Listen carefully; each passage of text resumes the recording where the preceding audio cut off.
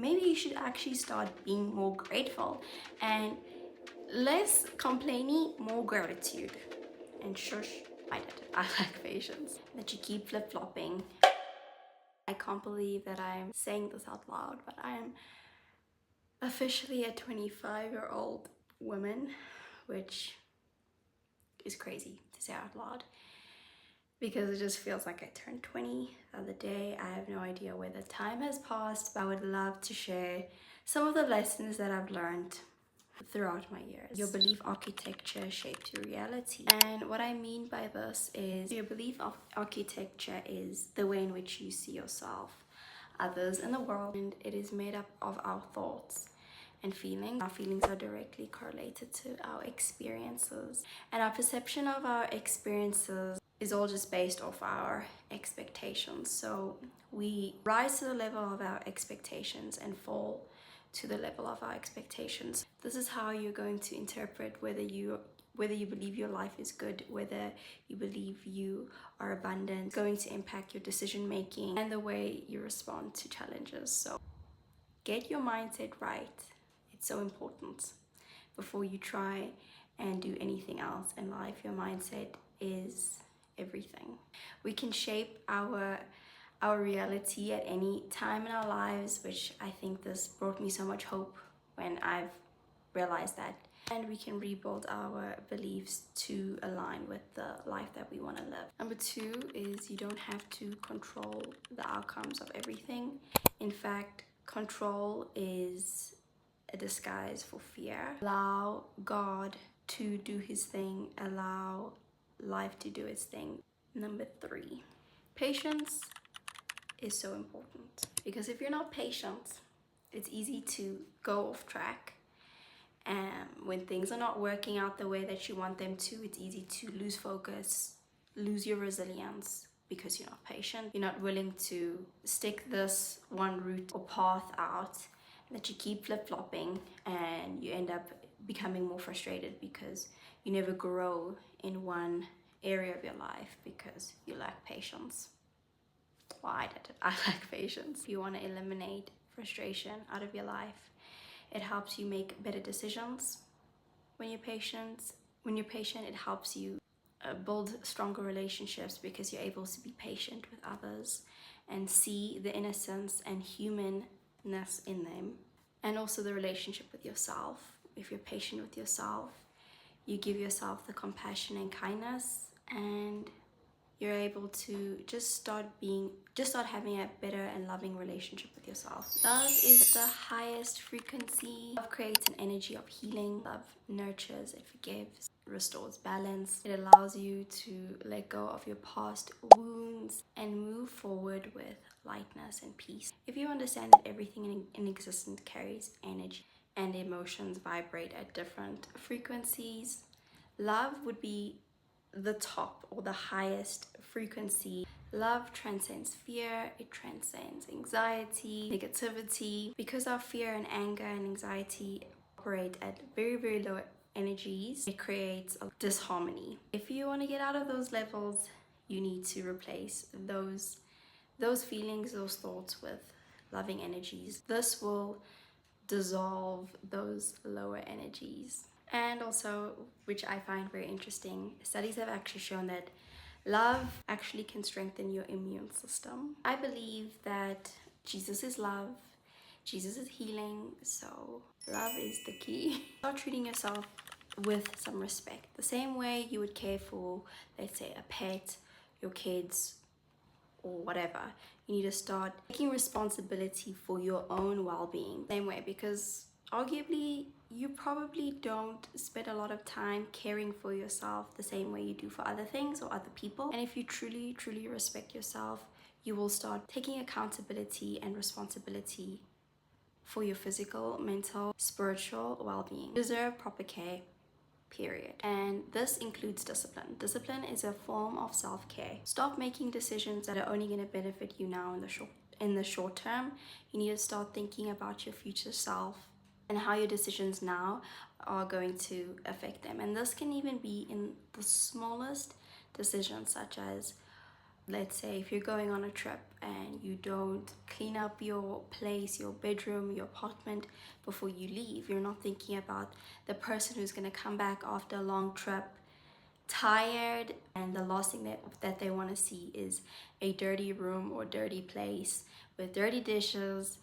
Think about that future version of you. This is something that even right now I struggle with.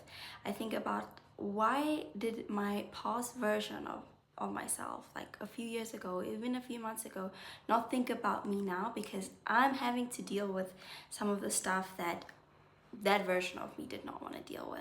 And sometimes I get so frustrated because I'm like, if I just dealt with it then, that version of me would have made my life so much easier right now. So think about that future version of you. She exists or he exists, and they deserve some respect. And when you show up for yourself with this respect, you start acting in a way that aligns with the person that you could become, not just who you are right now. This means making choices that will lead to growth rather than self-destruction. Stop giving people all the power. Nobody can hurt you without your permission.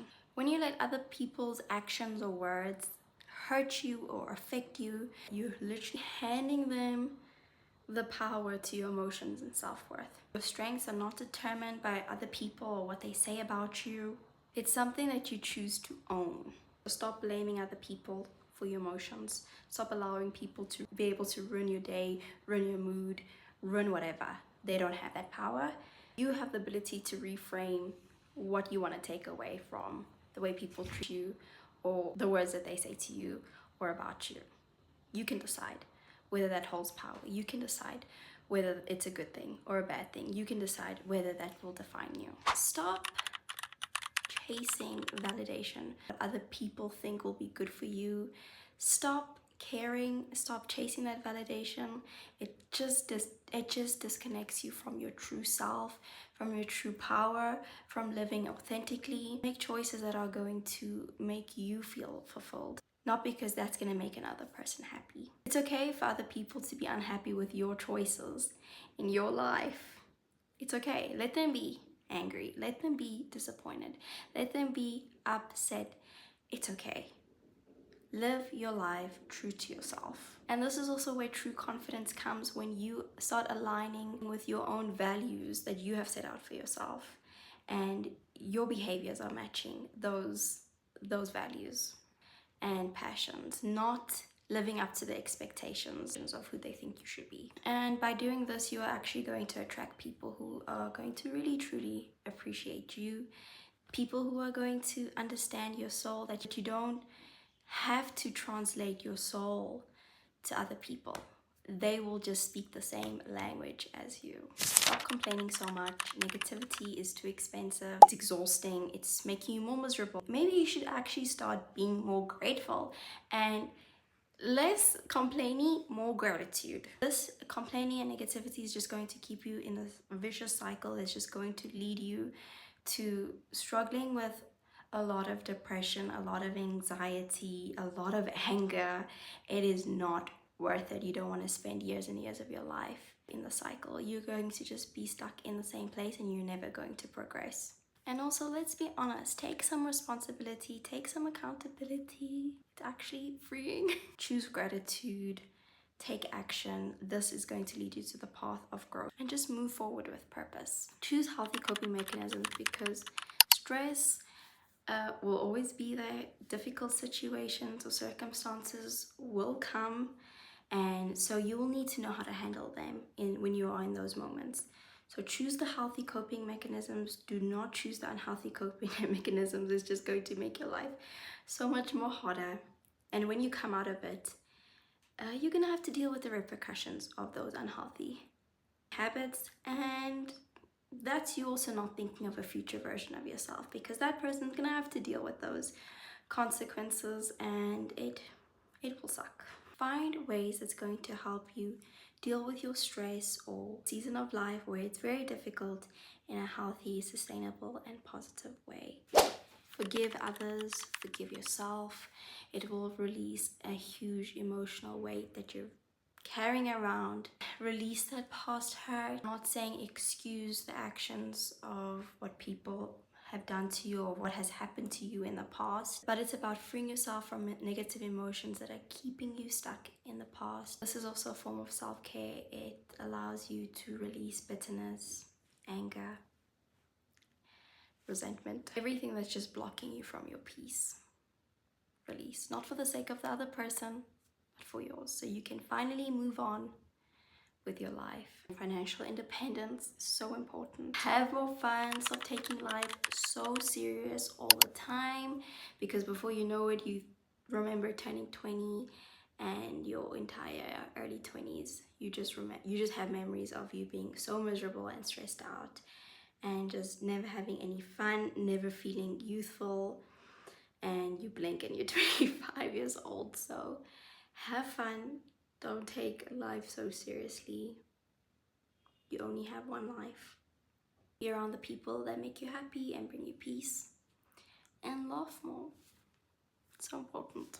Life is more than just achieving goals, paying bills, making money. You don't deserve to only feel stressed out, always feel unhappy. What's the point? Learn to listen more and shush. Listen to other people, show empathy. This will deepen your connections with other people, build your relationships with them.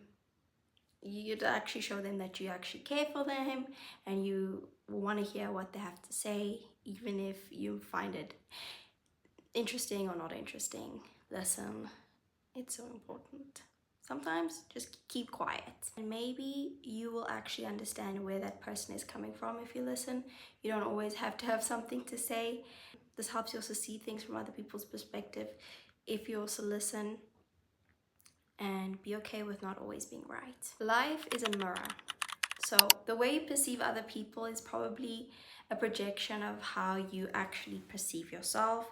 So you probably should stop judging people because you judging yourself, because that's how you feel about yourself. And when you judge other people and criticize people very harshly, it's probably because you do that to yourself. It's a reflection of your own insecurities, your own unresolved issues, and you're just using this as a form of escape to actually facing your own flaws. So let go of judging other people, because when you let go of judging others, you free yourself from your own negativity. Life mirrors your energy and mindset, so if you embrace kindness and compassion and positivity, it comes right back to you in the way in which you see and treat the world. Last thing I want to share with you is that the pain that you're going through right now is not there to harm you, but to grow you. I know that feels hard, especially when you're in the midst of the storm. It can feel so challenging, and the last thing you want to hear is that this is good for you, because you just want it to end. But struggles and hardships are opportunities for transformation. They teach you resilience, patience, strength. So embrace suffering, but this doesn't mean seeking out pain just for the sake of it, but recognizing that it's a natural part of the human experience that's going to lead you to deeper wisdom and self-awareness. In the future, you'll be able to handle them with grace and be more aligned with future purpose. So it does get better. It is just here to help you grow. Understand that God has a plan for you, and He is making a way for you behind the scenes, even though you can't see it. Everything you expose yourself to affects you on a subconscious level, such as if you're waking up first thing in the morning and you're just consuming a lot of social media, and you start to realize that you have an unrealistic expectation of what your life should look like because you're comparing yourself to other people. This is affecting your emotion. Or maybe the music that you're listening to is influencing your mood or your mindset. So start being mindful of the things that are influencing you. Choose to consume the things that are going to align with your values and obviously going to empower you, instead of just living a life on autopilot like a zombie and allowing everything and all of these external forces to dictate how you're thinking and how you're feeling, and now the way you're behaving. Thank you for listening to me. So grateful to be alive, to be 25, to be here another year and to be speaking to you. I have so much love in my heart, and I'm grateful for my birthday and I would love to hear how old you are and what are some of the lessons that you've learned in your life, because I want to keep learning and growing and learning from others especially. Thank you so much. I'll see you in the next video.